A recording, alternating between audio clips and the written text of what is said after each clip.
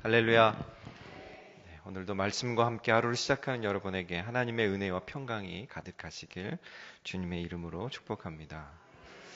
네, 오늘 말씀 계속해서 민수기 23장의 말씀을 함께 묵상합니다. 오늘 말씀을 통하여서 우리들이 이제 생각해 볼 것은 우리 인생을 선택할 때 저주하는 인생이 될지 축복하는 인생이 될지 이것을 잘 선택해서 하나님께서 원하신 길들로 우리가 나아가 축복하는 인생이 되어질 수 있기를 간절히 소망합니다. 먼저 13절과 14절 말씀 함께 읽겠습니다. 시작.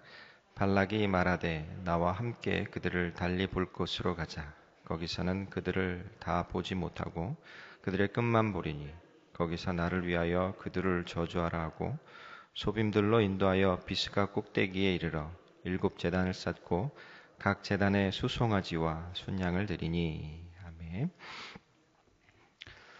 네, 우리가 인생을 살아가면서 늘 축복하는 인생이 되기를 원하지만 때로는 저주하기도 하는 것 같습니다.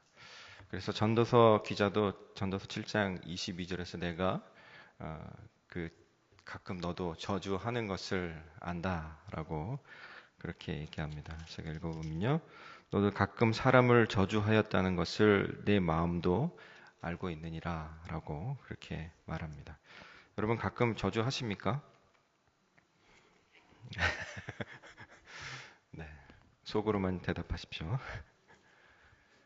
그렇죠. 우리가 자기도 모르게 자기도 무의식적으로 혹은 의식적으로 저주를 할 때도 있는 것 같습니다. 전도서 기자가 얘기하고 있는 것처럼 그렇습니다. 우리가 언제 저주를 할까요?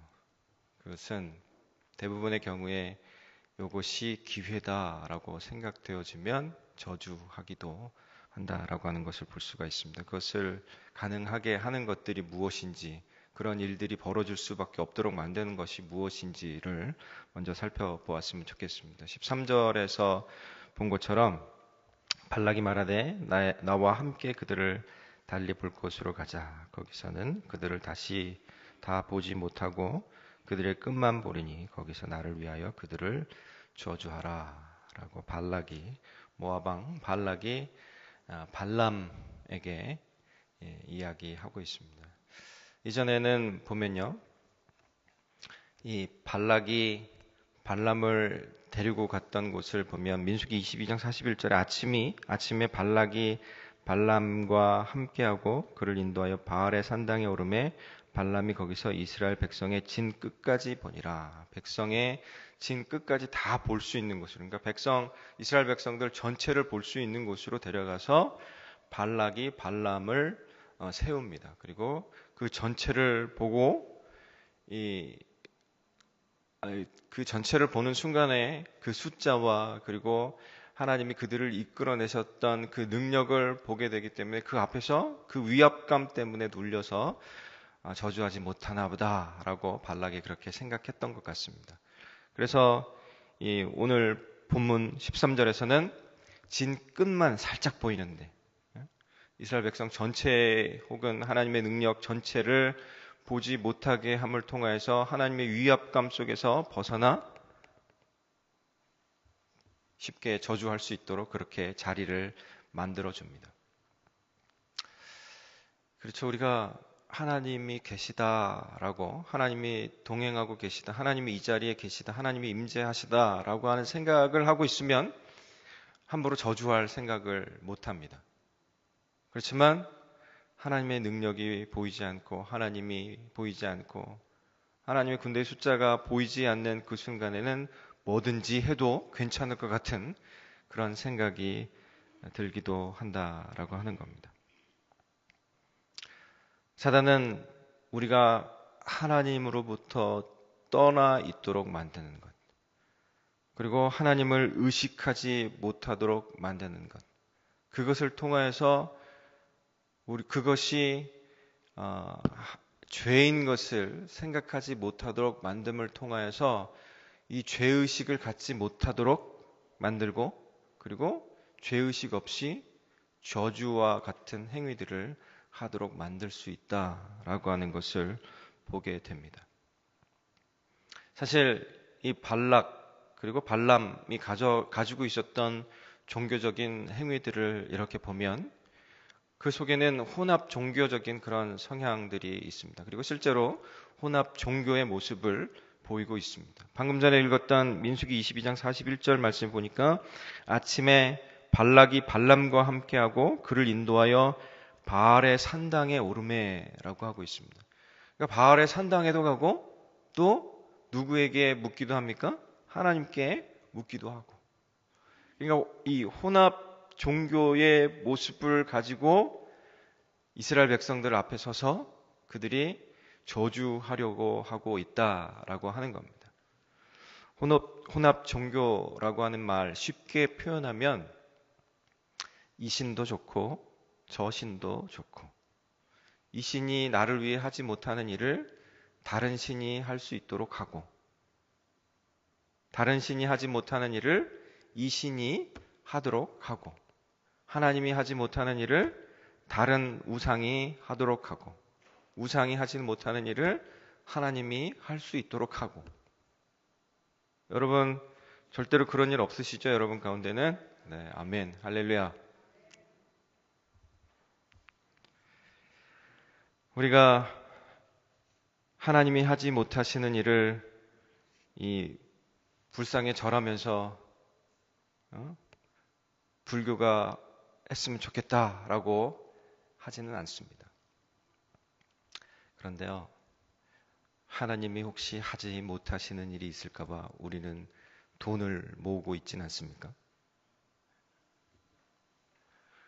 우리들 속에 그 불상이나 또 알라신이나 뭐 그런 것들만이 우상이 아니라 하나님 없이 할 수 있다라고 생각하여서 준비하거나 행하는 그 모든 일들이 이미 우상이다라고 하는 것에 대한 생각을 우리가 확실하게 갖고 있지 않으면 여기 본문에 나오고 있는 발락이나 발람만이 혼합 종교를 가지고 그렇게 신앙생활하는 것이 아니라 어쩌면 우리들 속에 다른 것을 의지하고 그것과 함께 하나님을 또 의지하고 있는 그 모습 때문에 혼합 종교적인 그러한 신앙생활을 우리들 속에 허용하고 살고 있을지도 모른다라고 하는 것, 그것을 우리가 분명히 기억해야만 합니다.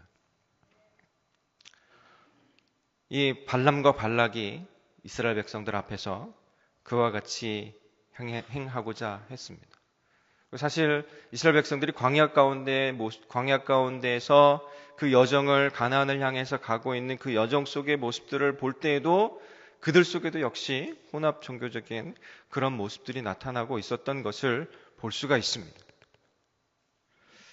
마태복음 26장 말씀을 보면 베다니 나병 환자 시몬의 집에서 있었던 이야기가 기록되어 있습니다. 한 여인이 찾아와서 예수님께 향유를 붓습니다. 그것을 보고 제자들이 화를 내죠.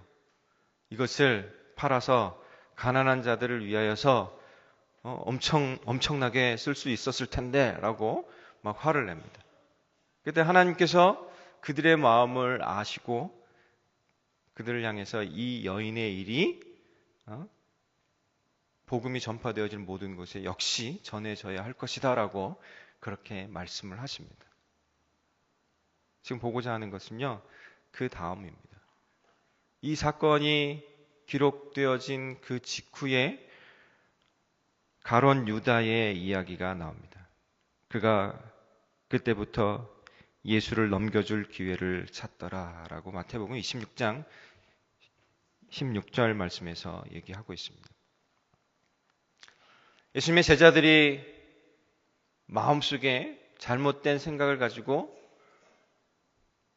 그렇게 예수 그리스도 앞에서 보여주는 그 모습에 대해서 예수님께서 책망하시고 그리고 바른 길들을 가르쳐 준 직후에 바로 가룟 유다가 가서 예수님을 넘겨줄 기회를 찾고 있었던 것을 보게 됩니다.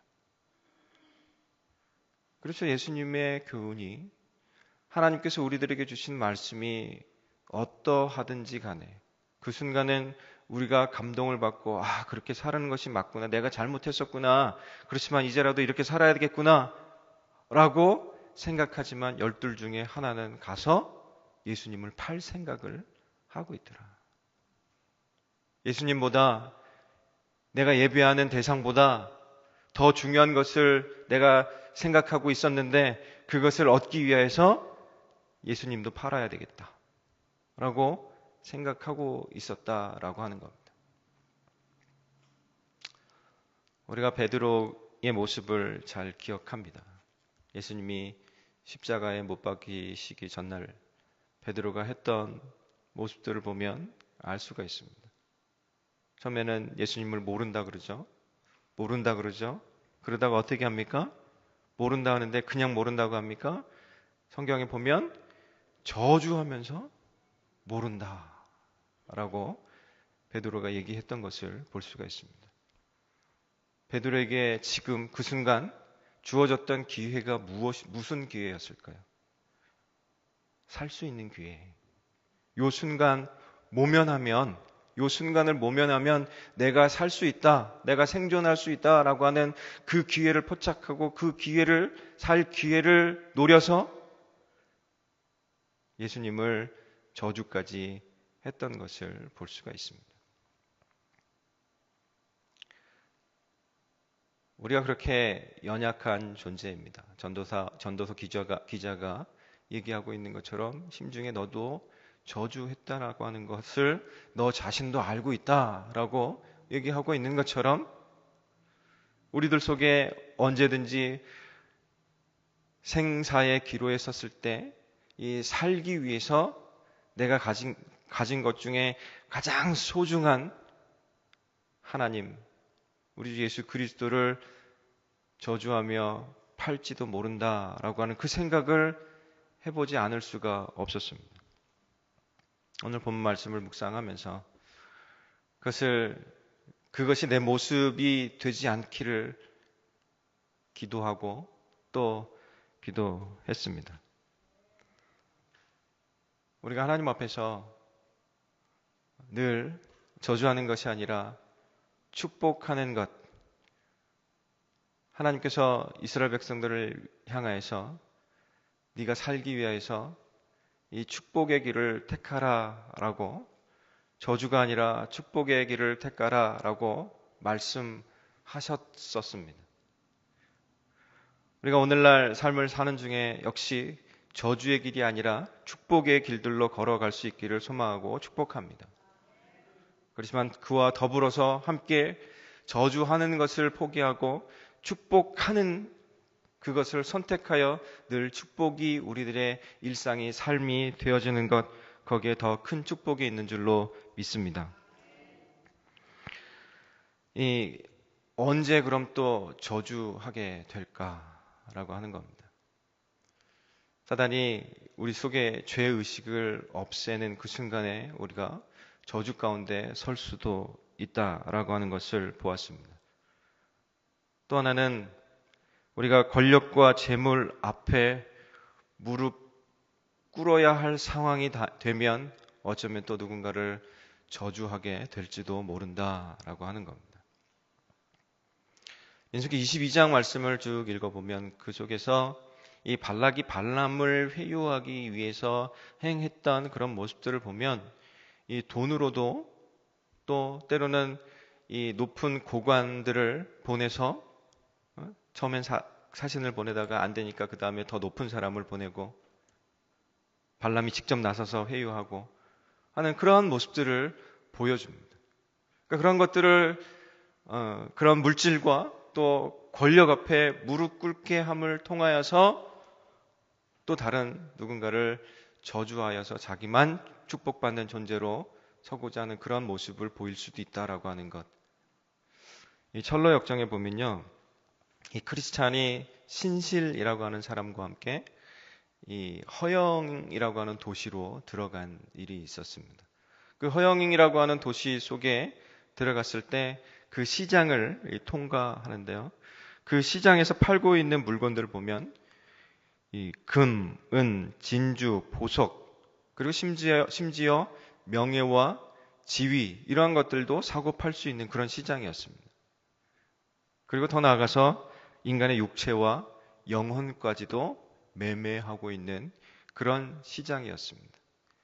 그런데 이 크리스천과 신실이라고 하는 사람은 그 시장을 통과하면서 말도 섞으려고 하지 않고 어떠한 물건도 사려고 하지 않으니까 거기 속에 살고 있었던 시장통 속에서 살고 있었던 사람들과 너무 눈에 띄게 다른 모습이어서 그들이 발각되어지고 모든 군중들에 의해서 붙잡히게 됩니다. 그리고 결국은 이 신실이라고 하는 사람이 순교를 당해요. 이 존 버년이 철로역정을 통해서 우리가 살고 있는 인생이 바로 그와 같다라고 하는 것을 보여주고 있는 겁니다.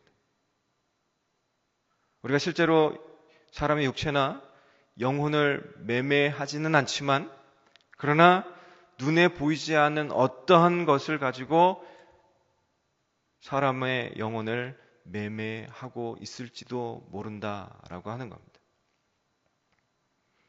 그런 속에 중요한 것이 무엇이냐면 이 크리스찬과 신실처럼 그들과 동화되어서 그것을 사고 팔고 하는 것이 자연스럽게 되어지지 않도록 하면서 이 나그네 인생 여정을 통과하여서 지나가는 것이 중요하다라고 하는 겁니다. 그것에 대한 경각심을 갖지 않으면요, 어느 순간에는 그것이 너무도 자연스러워서 이렇게 사는 것이 진리구나, 이렇게 사는 것이 복된 삶이구나 라고 하면서 자기도 모르게 거기에 빠져서 살고 있는 자신의 모습을 발견하게 될지도 모른다라고 하는 겁니다. 그렇기 때문에 우리는 경각심을 갖고 그 안에 동화되어지지 않도록 우리의 신앙을 지키며 살아가는 것, 그것이 중요합니다. 어쩌면 거기에 동화되어져 있지 않으면 어떤 사람들은 조롱하고 비웃고 욕하고 더러는 그들을 때리기도 한다라고 했던 이 철로역정의 모습처럼 우리가 그렇게 당할지도 모릅니다. 그러나 그럼에도 불구하고 세상이 우리를 그렇게 취급한다 할지라도 하나님께서 우리와 함께 하셔서 우리를 바른 길로 인도해 가시고 있다라고 하는 그 사실들로 인하여서 기뻐하고 감사하고 담력을 가지고 이 땅 살아나가야 할 줄로 믿습니다. 그것이 없으면요, 그들이 행하는 것처럼 저주하는 것을 사람의 목숨이나 사람의 영혼이나 그런 것들을 너무도 가볍게 생각하고 나만 당하지 않으면 되지, 나만 저주당하지 않으면 되지 라고 하며 그렇게 살게 될지도 모른다라고 하는 겁니다. 그렇기 때문에 우리가 재물이나 권력을 대할 때에도 우리가 반드시 하나님께서 그것을 우리에게 주신다라고 한 그 사실들을 가지고 하나님께서 주신 그것을 인하여서 감사하고 하나님께서 주시는 그 방법들을 가지고 살아가고 하나님께서 주신 그것을 가지고 바르게 살고자 하는 그러한 노력이 우리 가운데 있어야 할 줄로 믿습니다. 이 발락은 계속해서 회유합니다. 발람을 회유합니다. 그 장면이 25절 말씀에 나옵니다. 25절 말씀 같이 한번 읽어볼까요? 시작. 발락이 발람에게 이르되 그들을 저주하지도 말고 축복하지도 말라. 이렇게도 안 되고 저렇게도 안 되고 도무지 이 여호와의 말씀에서 발락이 흔들리지 않고 계속해서 하나님께서 말씀하신 대로 축복만 하려고 하니까 이 발락이 이 중간을 두고 회유를 합니다. 저주하지도 말고 축복하지도 말고. 그런데 하나님이 어떻게 하라고 했습니까? 축복하라고 했잖아요. 발람에게 축복하라고 했습니다. 하나님의 명령을 지키지 못하도록 만드는데요. 듣고 그것이 하나님의 명령인 것처럼 들리게 회유를 합니다. 거짓이 진짜인 것처럼. 이 앞면과 뒷면을 보여주고 둘 중에 어디가 앞입니까? 라고 얘기하면 앞면이 앞입니다. 라고 우리는 쉽게 선택하지만 이렇게 비스듬히 보여주고 어디가 앞면입니까? 라고 얘기를 하면 선택할 수 없습니다. 혹은 판단을 제대로 못하거나 그런 모습을 보이기도 합니다. 사단은 우리가 진리와 거짓 중에 진리를 선택하지 못하도록 만드는데 그것을 그럴듯하게 포장해서 그것을 선택하지 못하도록 만든다라고 하는 겁니다. 이 한옥 목사님이 이 순간을 위해서 평생을 준비하라라고 하는 책 속에서 이 캐스 선스타인이라고 하는 분이 쓴 루머라고 하는 책을 인용했습니다. 거기서 이렇게 얘기합니다. 이 책에 따르면 거짓 소문은 사회적 폭로 효과와 집단 극단화란 두 경로를 통해 위력을 발휘한다고 한다. 사회적 폭포 효과란 어느 정도의 수가 되는 사람들이 소문을 믿게 되면 다른 사람들도 덩달아 그것을 따라 믿게 되는 현상이다. 또한 집단 극단화는 같은 의견을 가진 사람들이 내부 토론 등을 거치면서 극단적 견해로 치닫는 현상을 말한다. 이는 사람들이 이미 자기가 가진 편향된 입장에 맞춰 정보를 처리하는 편향 동화 경향이 있는 탓이다. 우리가 어떤 소문을 믿거나 안 믿거나 하는 결정은 그 루머가 우리가 이미 알고 있는 사실과 부합하는지 여부에 달려 있다는 것이다. 네. 쉽게 설명하려고 인용을 했는데 더 어려워졌죠. 네, 사회적 폭포 효과, 집단 극단화, 그것을 외우실 필요는 없고요. 사실 우리가 말씀드리려고 하는 것은 우리가 생각하고 있는 것, 혹은 믿고 있는 것, 믿고자 하는 것, 듣고 싶은 것, 그것에 동화되어지기 쉬운 성향이 우리들 속에 있다라고 하는 겁니다. 아무리 하나님께서 진리다라고 가르쳐줘도 내가 이 땅을 살아가는 동안에 이렇게 했더니 성공했어 라고 하는 그 기준이 잡혀져 있으면 그 기준만이 진리를 평가하거나 진리를 선택하는 그 근거가 되어진다라고 하는 것, 그것을 얘기하고자 합니다. 사단은 우리를 그렇게 회유하려고 해요. 이게 꼭 하나님의 진리냐? 하나님이 꼭 이렇게 하라고 얘기했느냐? 라고 그렇게 질문을 하고 그렇지 않지 않냐? 라고 하면서 그럴듯하게 그것이 진리인처럼 회유하는 것. 그 회유에 우리가 넘어지면 축복이 아니라 저주도 할 수 있게 된다라고 하는 사실 우리가 기억했으면 좋겠습니다. 그렇다면 우리가 저주하는 인생이 아니라 축복하는 인생이 되어지기 위해서는 어떻게 해야 할 것인가? 15절 말씀을 읽겠습니다. 15절 말씀 시작. 발람이 발락에게 이르되 내가 저기서 여호와를 만나 뵐 동안 여기 당신의 번제물 곁에 서소서 아니라. 먼저 할 것은 하나님께 가까이 가는 겁니다. 하나님을 만나는 겁니다. 하나님을 만나는 사람, 하나님을 아는 사람, 그 사람은 저주가 아니라 축복을 하게 됩니다. 축복하는 인생이 되어집니다.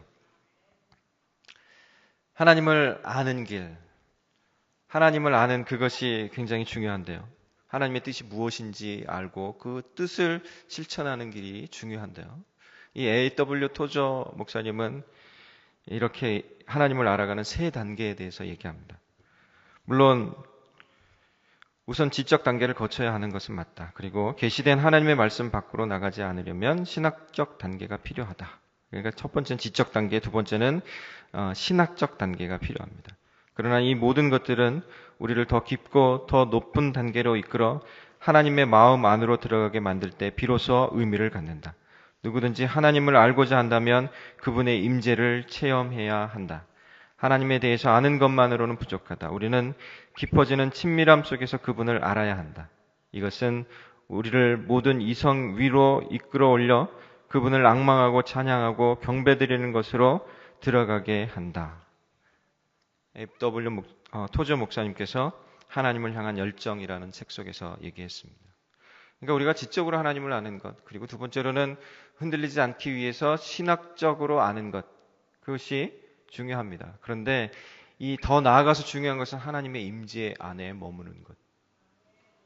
그것이 중요하다라고 하는 겁니다. 이거를 다른 말로 신비적 알미다라고 이렇게 표현을 하고 있는데, 중요한 것은 우리가 이성적으로 아는 것, 그것을 넘어서서 하나님의 임재 가운데서 하나님과의 친밀함 속에서 하나님을 만나고 하나님을 알고 하나님의 뜻을 아는 것, 그것이 우리들 속에 있어야만 그것을 통하여서 하나님 앞에서 행하는 바, 그것이 저주가 아니라 축복하는 삶이 되어진다라고 하는 것, 그것을 우리가 함께 기억했으면 좋겠습니다. 오늘날 우리들에게 필요한 것은 하나님을 알고자 하는 그 열정입니다. 우리가 하나님을 만나 하나님을 알고 하나님의 뜻이 무엇인지 분명히 우리들 속에 각인함, 그것을 통하여서 세상 가운데 나타내 보여주는 그것이 하나님께서 우리를 향해서 보여주신 그것과 같이 되어야 한다라고 하는 겁니다. 우리 주 예수 그리스도 축복하셨습니까? 저주하셨습니까? 축복하셨죠. 그냥 축복하신 것이 아니라요, 몸소 저주를 다 안고 당하시는 중에 축복하셨다라고 하는 겁니다.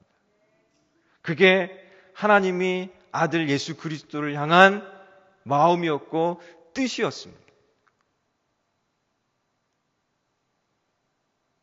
하나님과 아들 예수 그리스도 사이에 하나님의 임재와 하나님 그 사이에 친밀함이 있었기 때문에 그것을 떠나지 않고 그 가운데 머물러서 저주를 떠안는 중에도 내 것이 아닌 모든 인류의 저주를 떠안으심에도 불구하고 오히려 축복하셨다라고 하는 겁니다.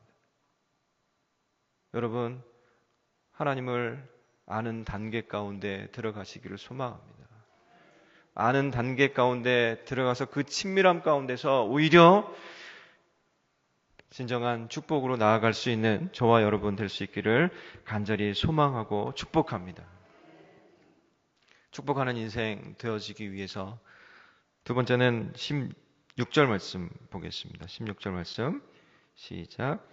여호와께서 발람에게 임하사 그의 입에 말씀을 주시며 이르시되 발락에게 돌아가서 이렇게 말할지니라. 아멘. 하나님께서 그의 입에 무엇을 주셨다고요? 말씀을 주셨고, 또 그리고 그가 어떻게 행하라고 했습니까? 이렇게 말하라 라고 하셨습니다. 하나님께서 우리들에게 무언가를 주십니다. 그리고 그 주신 것대로 살아봐라 라고 말씀하고 있습니다. 여러분, 우리가 듣기는 들어도 그 들은 대로 살아보려고 합니까? 안 합니까? 살아보려고 하기까지는 해요. 그렇죠? 네. 거기까지도 안 하면 문제가 심각합니다. 살아보려고 하기까지는 하는데 그 다음에 살기까지 합니까? 못 합니까? 네. 하기도 하고 못 하기도 하고 바라기는 여기 계신 모든 분들이 하기까지 되어지기를 간절히 소망하고 축복합니다. 중요한 것은요, 축복하는 인생이 되어지기 위해서 하나님께서 하신 것처럼 해보는 겁니다. 자꾸 해보는 겁니다. 자꾸 해봐야 거기에 우리들이 주 예수 그리스도를 닮았구나, 주 예수 그리스도의 제자구나, 하나님의 자녀이구나 라고 하는 표가, 증거가 나타나기 때문에 그렇습니다. 세 번째는 하나님의 성품과 약속을 의지해 하나님을 따라해 보는 겁니다. 18절과 19절에서 하나님의 성품에 대해서 이렇게 묘사하고 있죠. 같이 보겠습니다. 시작. 발람이 예언하여 이르기를 발락에게 일어나 들을지어다. 십볼의 아들이여 내게 자세히 들으라. 하나님은 사람이 아니시니 거짓말을 하지 않으시고 인생이 아니시니 후회가 없으시도다. 어찌 그 말씀하신 바를 행하지 않으시며 하신 말씀을 실행하지 않으시랴. 아멘. 거짓말하지 않으시는 분이 우리 하나님이시다. 후회하지 않으시는 분이 우리 하나님이시다. 약속하신 것을 늘 지켜주시는 분이 우리 하나님이시다. 아멘. 그것이 우리 하나님의 성품이라는 거예요. 그 하나님의 성품과 하나님의 약속을 의지해서 우리가 그것을 따라서 살아보는 겁니다. 윌터 A. 핸드릭스는 훈련으로 되는 죄자에서 이렇게 얘기합니다. 성경은 하나님께서 영광스러우시며 자신을 보여주시는 하나님이시라고 가르치고 있습니다. 우리의 경건의 시간의 목표는 오로지 하나님의 영광과 위엄을 보고 그분을 닮는 것입니다. 여러분, 날마다 경건의 시간을 가지시죠? 적어도 새벽 기도에 나오셔서 하나님의 말씀을 묵상하고 기도하시죠? 그 목적이 무엇이냐? 하나님의 영광과 위엄을 보는 것. 그리고 그분을 닮는 것. 우리에게 임재하셔서 보여주신 그 영광과 위엄, 하나님의 그 성품, 그 약속을 의지하여서 그것을 따라 살아보다가 결국 그분을 닮는 것. 그것이 우리들에게 경건의 시간을 갖는 의미이고 또 우리가 새벽에 나와서 하나님께 이렇게 예배하는 그 의미이고 목적인 줄로 믿습니다. 그것이 저와 여러분 속에 늘 머물러 있었으면 좋겠습니다. 하나님은 하나님의 성품에 대해서 계속해서 얘기하고 있습니다. 21절 말씀 또 보세요. 21절에는 또 어떻게 성품을 묘사하고 있는지 시작. 야곱의 허물을 보지 아니하시며 이스라엘의 반역을 보지 아니하시난도다. 여호와 그들의 하나님이 그들과 함께 계시니 왕을 부르는 소리가 그들 중에 있도다. 아멘. 야곱의 허물을 보지 않으시는 하나님, 허물이나 반역을 보지 않으시는 하나님이십니다. 죄를 용서하시는데요. 그냥 용서하는 정도가 아니라 우리에게 흠이 있고 문제가 있지만 그럼에도 불구하고 그것을 보지 않으시겠다라고 하시는, 그리고 그들과 함께 계신다. 우리와 함께 계신다. 그리고 부르신다라고 하는 거죠. 계속해서 22절 말씀 보겠습니다. 시작. 하나님이 그들을 애굽에서 인도하여 내셨으니 그의 힘이 들소와 같도다. 아멘. 여기서는 인도하시는 하나님, 그리고 능력을 주시는 하나님이신 것을 볼 수가 있습니다. 또 하나 24절 말씀에 또 나옵니다. 24절 시작.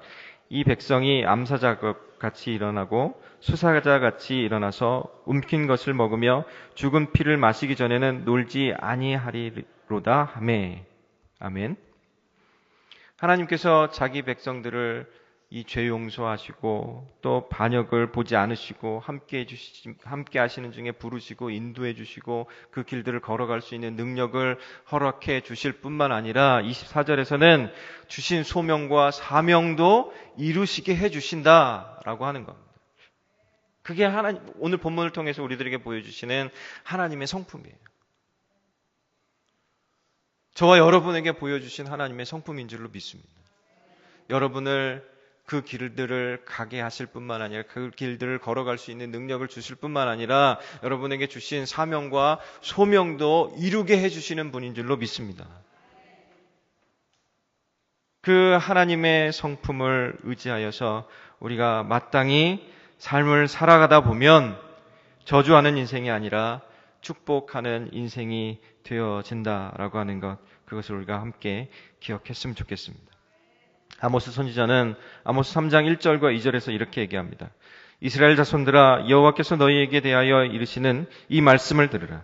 애굽 땅에서 인도하여 올리신 모든 족속에 대하여 이르시기를 내가 땅의 모든 족속 가운데 너희만을 알았나니 그러므로 내가 너희 모든 죄악을 너희에게 보응하리라 하셨나니. 내가 땅의 모든 족속 가운데서 너희만을 알았답니다. 여러분 가슴에 이게 손을 얹으세요. 하나님은 모든 족속 가운데 나만 아신대요.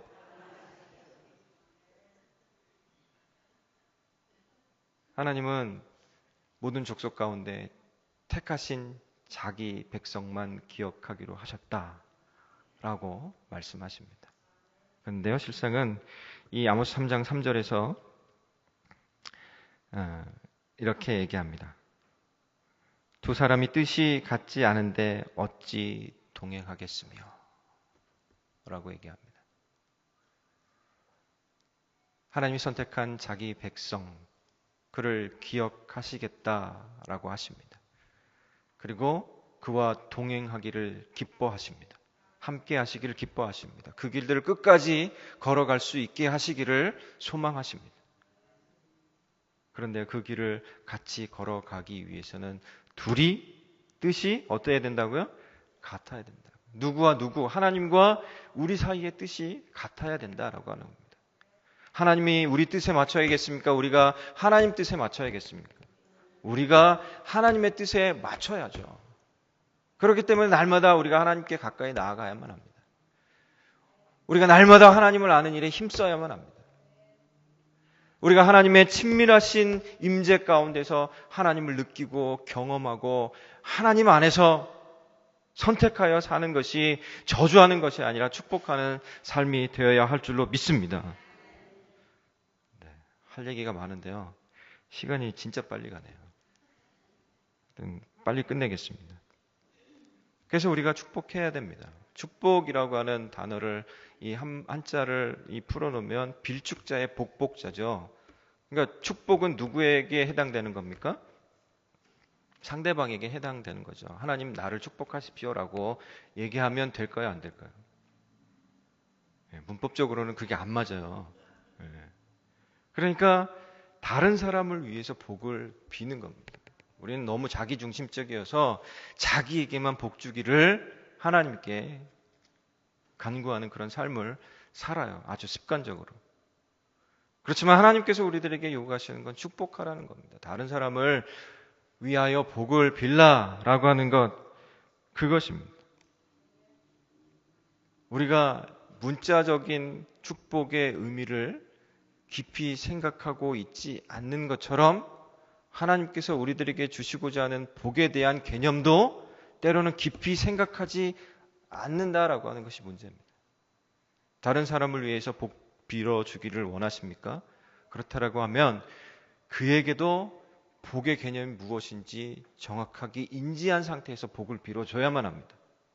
무슨 얘기를 하려고 하냐면 물질이나 권력이나 힘, 능력이 필요한 사람을 위해서 복을 빌어주십시오. 그런데 더 중요한 것은 물질을 주시는 분, 힘을 주시는 분, 살 소망을 주시는 분이 누구이신지에 대해서 알려주는 것, 그것이 더 중요하다라고 하는 겁니다. 우리가 늘 복 받은 인생을 살지만 그 복을 누가 우리에게 주셨는지를 기억하지 않고 그 복만에 집중하다 보니까 자기 중심적인 삶, 자기가 저주의 길을 걸어가고 있음에도 불구하고 축복의 길들로 향하여 나아가야 할 그 이유를 찾지 못했었던 것처럼, 그렇기 때문에 우리는 분명히 알아야만 합니다. 욥이 엄청난 저주 가운데 있었지만 그는 이렇게 고백했습니다. 욥이 일어나 겉옷을 찢고 머리털을 밀고 땅에 엎드려 경배하며 가로되 내가 모태에서 적신이 나와 싸운즉 또한 적신이 그리 돌아가올지라. 주신 자도 여호와시요 취하신 자도 여호와시니 여호와의 이름이 찬송을 받으실지니이다 하고 고백을 합니다. 그렇죠. 주신 자도 여호와시요 또 취하신 자도 여호와이시니 그럼에도 불구하고 하나님 경배 받으시고 예배 받으시옵소서라고 할 수 있는 것, 그것이 축복이다라고 하는 것, 그것을 우리가 함께 기억해야 할 줄로 믿습니다. 그리고 우리는 축복할 때 받은 대로 축복하는 겁니다. 누구에게 받은 대로요? 하나님께로부터 받은 대로. 이 발람이 이 축복하는 모습을 보면 더하거나 빼지 않습니다. 오직 하나님께서 주신 대로 합니다. 물론 22장에서 보면 아주 극적인 일들을 겪었기 때문에 하나님에 대한 그 두려움과 또 하나님에 대한 그 만남 때문에, 확신 때문에 그렇게 행합니다. 그렇죠? 저와 여러분 가운데 하나님을 만난 그 만남이 있으시죠? 그 경험이 있으시죠? 그 기억이 있으시죠? 그 감사가 있으시죠? 그렇다라고 하면 하나님께서 주신 대로 축복하는 삶을 사는 겁니다. 그렇지 않으면요, 그 축복을 할 때 그 사람의 유익을 위해서 축복하지 않고 자기의 유익을 위해서 축복하게 됩니다. 하나님이 가지신 목적에서 어긋난 축복을 하는 삶, 그것을 살면서도 나는 괜찮은 사람이야 라고 그렇게 착각하게 된다라고 하는 거죠. 그리고 중요한 것 한 가지, 그것은 26절 말씀입니다. 발람이 이렇게 얘기합니다. 26절 시작. 발람이 발락에게 대답하여 이르되 내가 당신에게 말하여 이르기를 여호와께서 말씀하신 것은 내가 그대로 하지 않을 수 없다고 하지 아니하더이까. 그렇죠? 아멘입니다. 아멘. 하나님 앞에서 축복하는 겁니다. 하나님 앞에 서서 내가 하나님의 것을 받은 대로 축복한다라고 하는 그 의식 갖는 것, 그것이 중요합니다. 예수를 저주하기까지 하면서 예수를 욕했던, 부정했던 베드로, 그가 예수님을 다시 만나고 진정 예수 그리스도의 제자가 되었을 때 변하여 이 사도행전 4장 19절 20절에서는 이렇게 얘기합니다. 베드로와 요한이 대답하여 이르되 하나님 앞에서 너희의 말을 듣는 것이 하나님의 말씀을 듣는 것보다 옳은가 판단하라. 우리는 보고 들은 것을 말하지 아니할 수 없다 라고 그렇게 얘기합니다. 여러분, 이전에 우리의 삶 가운데 어쩌면 전도서 기자가 얘기한 것처럼 우리 심중에 알고 있는 것처럼 저주하는 그런 삶을 살았었을지도 모릅니다. 그러나 이제 중요한 것은 이후로 우리가 삶을 사는 중에 베드로가 변화되어져 하나님의 말씀, 어떠한 핍박과 또 조롱과 비난이 온다 할지라도 그 앞에서 하나님의 말씀하신 것, 그것이 축복이기에 이제 축복합니다 라고 말할 수 있는 그런 모습이 우리들 가운데 있어야 할 줄로 믿습니다. 우리는 제단 앞에 있어도 저주할 수 있다라고 하는 것을 기억해야만 합니다. 그러나 다른 말로 얘기하면 예배의 자리에 있어도 저주할 수 있는 그런 나약한 존재라고 하는 겁니다. 그러나 그는 예배자는 될 수가 없습니다. 그가 드리는 예배는 예배가 아닙니다. 예배자는 제단이 없어도 예배할 수 있습니다. 예배자는 하나님의 뜻을 따라 축복하는 삶을 통하여서 예배할 수 있습니다. 우리 주 예수 그리스도께서 저와 여러분의 그 저주를 다 짊어지시고 그럼에도 불구하고 축복하는 삶으로 그 인생을 살으셨던 것처럼 우리도 이 땅에서의 삶을 사는 동안에 늘 주 예수 그리스도의 십자가를 닮아서 보고 십자가의 방법을 취하여서 예수 그리스도를 닮아 저주하는 인생이 아니라 축복하는 인생 되어줄 수 있기를 간절히 소망하고 축복합니다.